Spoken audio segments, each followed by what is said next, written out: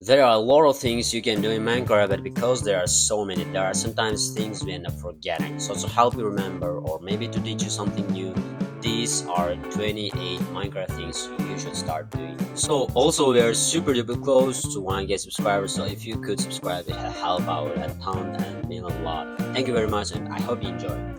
Number 1. Finding diamonds is hard and nobody wants to spend hours strip mining only for a couple of diamonds. But don't fear, because you can find diamonds super easily. All you need is a river and some clay. This is probably the coolest trick ever. If you find a clay patch in a river, congrats, you just found diamonds. Simply locate the center of the patch, go to blocks positive in the Z direction and mine down. 8 times out of 10 you'll find a diamond vein. Easy as that. Number 2. If you've ever built a farm in Minecraft, you've probably built something like this with water in the center. But if you've ever wondered if you can spruce up your farm just a little, you can. You see crops hydrate through anything it doesn't have to be farmland. Your plants will grow just as well if separated by stone, coral, or even air. Yeah, crops can hydrate through straight air. Number 3. On the topic of mining, let's look at another cheap trick. You may or may not know that if you set up a piston above a composter and push yourself in, you can locate nearby caves. But that's not the end of it. You can actually do the same thing with the gravel, which is much easier to find than the iron and redstone required for a piston. If you want a better use than just finding caves, you locate the portal room or stronghold. Number 4. Creepers suck, don't they? There's nothing worse than a long day of mining only for a creeper to start on a rubber and make you lose all the stuff you're carrying around. But these things can be super easily to kill if you know how. Because explosion damage is calculated from the feet of the player. If you place a block in front of you as creeper explodes, you can minimize the damage taken. I mean, the thing is barely poses a threat anymore. Number 5. On the topic of explosions, the desert temple trap. This thing can be a pain, especially if you just finished looting the temple and happen to trip over the pressure plate on accident. But don't worry about it. If you are fast enough, all you need is a bucket of water. Just break the block where the pressure plate is, place water in the gap, and you'll take almost zero damage from the remaining TNT. Number 6. We can take the previous tip one step further. Assuming you didn't accidentally set off the trap, you can actually use it to your advantage. For example, if you're speedrunning and find a desert temple, you can actually loot it. In a seconds, you need no item. Once you break your way down, break the block in the center and grab all the TNT. After that, just place one in the corner of the chamber and light the pressure plate and hold back into the hole. Once you're in, you should be completely safe and enjoy as the TNT explodes all the cheats around you, allowing you to loot the treasure in the seconds and take almost no damage in the process. Number 7. Buried treasure is even cooler than Desert Temple treasure, but sometimes it can be a pain to find. I mean, you think you're on the X, but you just can't find the chest in several rooms everywhere and it's not fun at all. Well, it's actually super easy to find the chest. If you open up the F3 menu and locate the chunk section, look at the coordinates within the chunk. The chest always generates at 9. Using this, you can locate the chest hassle-free every single time and enjoy the treasure, no trouble. Number 8. Let's say you are in creative and build a piston door or any sort of structure and you misplace a block. Sure, you can build all the way around to reface it, but you don't have to at all. If you're in Java, just left the right play at the same time and boom, you can rotate the block just like that. Hassle-free. Moving villagers can suck. These guys always seem like they don't want to cooperate with you, and who wants a manning a pool when it will cost you 5 hours of time moving them around. But as per usual, it doesn't have to be this hard. If your villager has a profession who always bury you often illustrated things using his you actually get to follow through always and have only staircases. I really wish I had noticed earlier. It's really good and can save a lot of time and time. Have you ever built something high up and then realized you then wanted to build a layer down? Yeah, perfect, because there's another way to do that, and it's pretty easy. All you need is 2 trapdoors. Go at the block out and place a trapdoor on the bottom half of the new block, and then place another trapdoor on the top half of the old block. You can then go into the following mode. While we are there, shift right clicking the top of the upper half of the door face.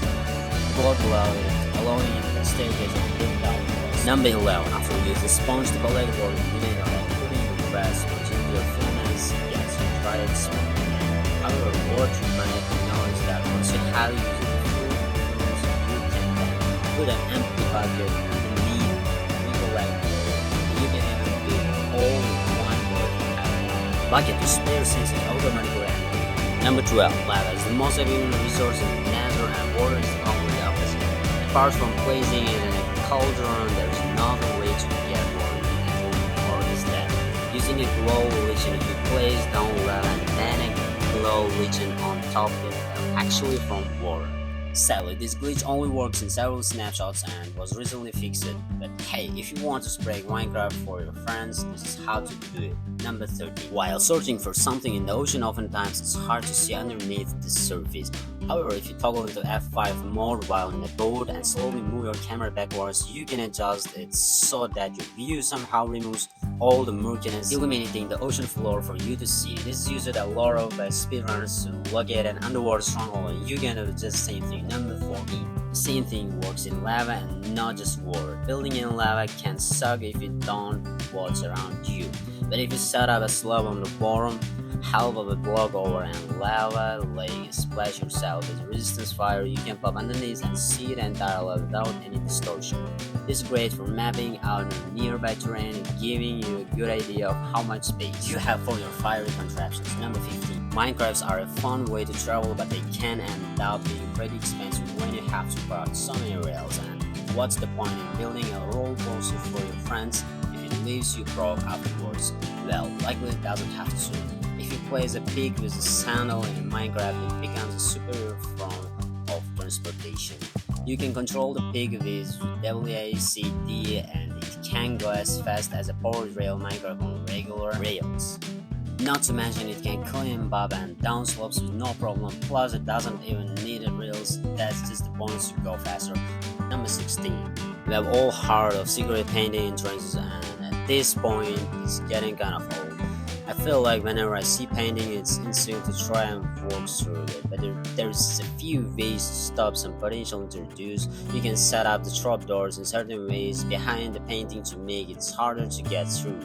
If you set them up like this, then you'll have to wedge yourself in at the correct place, which is pretty difficult.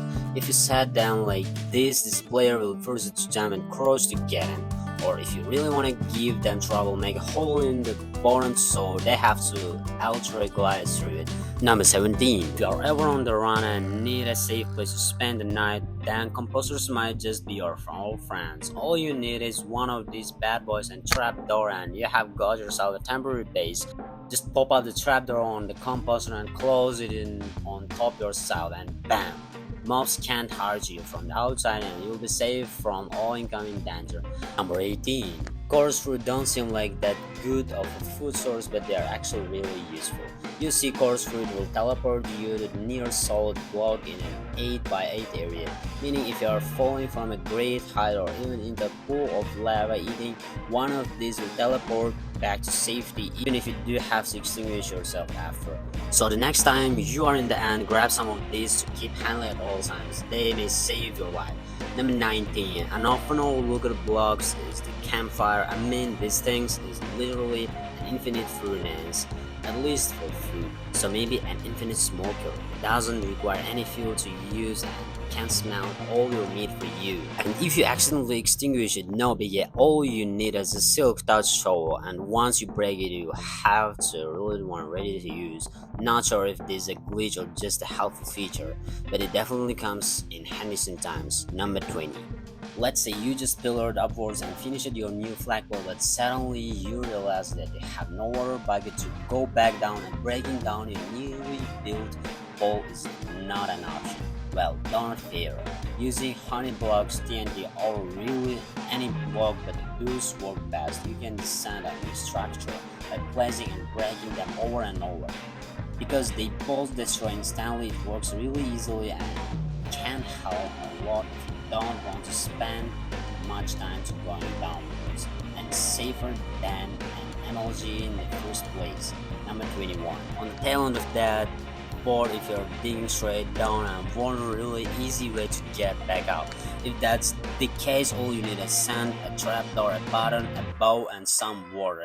If you set up this mini contraption with the sand blocking water and then dig down safely in a 2x1 hole, you can shoot the bow back at the bottom to get rid of the sand and let the water float in, creating a miniature elevator in your mind. Super useful even. Number 22. There's a tons of prisons going around on YouTube and you want to make one of your own, but they are just so messy. Well, there's actually a really easy solution. You just have to beat the Ender Dragon twice. Okay, maybe it's not that easy. On single player, if you have few and crystals to spare, that inescapable prison dream will become a reality. Just begin the dragon summoning ritual by placing in the 4 and crystals, but as the towers are respawning quickly, log out and back in. You can push the newly generated and crystals with pistons all the way back to the portal and home. The best part, they're not completely indestructible, so tripping your friend in with one of these make it nearly impossible to get out. Number 23. As you could probably tell from this video, trapdoors are super useful and they have even more potential benefits. If you place them facing walls as walls, you can create an animal pen that mobs can hop into, but for some reasons mob can hop out. It's strange but cool feature. Plus, it has no effect on you, so this could be your new animal pen if you want. Number 24. Using a chicken on a lid and some carefully adjusted boats, you can create a completely safe void platform, a home in the void. Just break the blocks with a chicken on it, leash it to a fence, and adjust all the boats so they go into the corners. Now break the slabs underneath the boats, hitting F3 and B to toggle hitboxes can help in breaking the slabs. Once you have finished it, you will have a nice habitable spot to relax in and enjoy the abyss. Number 25. Lingering potions can be expensive. I mean, you need dragon's breath, and even then you can only craft so many. But if you have a creeper, that will do the job as well. If you throw the splash potion onto a creeper and then blow it up, it will leave a lingering effect of whatever that potion was. Grant, I don't know when you ever use this, but it might come in handy, who knows. Number 26. If you are making a map of your base and want to show it off or just make it look nicer, consider this. If you rename a banner in an annual and then place it down, right-clicking the banner with the map will make a visible waypoint with whatever name you choose and you.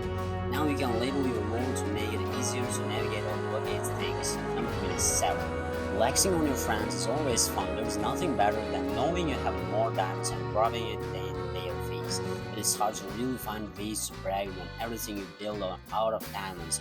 This looks out a really subtle but gain flex is to use jackbox as fuel sources. Jukebox require diamonds to craft and you can actually smell them as food in a furnace. So the next time you really want to brag on how much rich you are, show your friends. A super smeller powered completely by the music boxes. They're sure to be amazing and probably hate you after. Number 28. Redstone can be tough sometimes and going upwards or sideways isn't the easiest thing, but it can be using the power of leaves. If you put a log under a few leaves, the game will update them so that they think they became part of a tree, and this update can be detected by observers. For up to 6 blocks, you can use a line of leaves to send redstone signals, allowing you to make some really wacky and elegant looking contraptions. It's completely eco-friendly as well. But that's that. Those are 28 Minecraft things you should start doing. If you did enjoy this video, please subscribe right now, because we have to get 1,000 followers till the summer end. So thank you all guys, and share with your friends this video.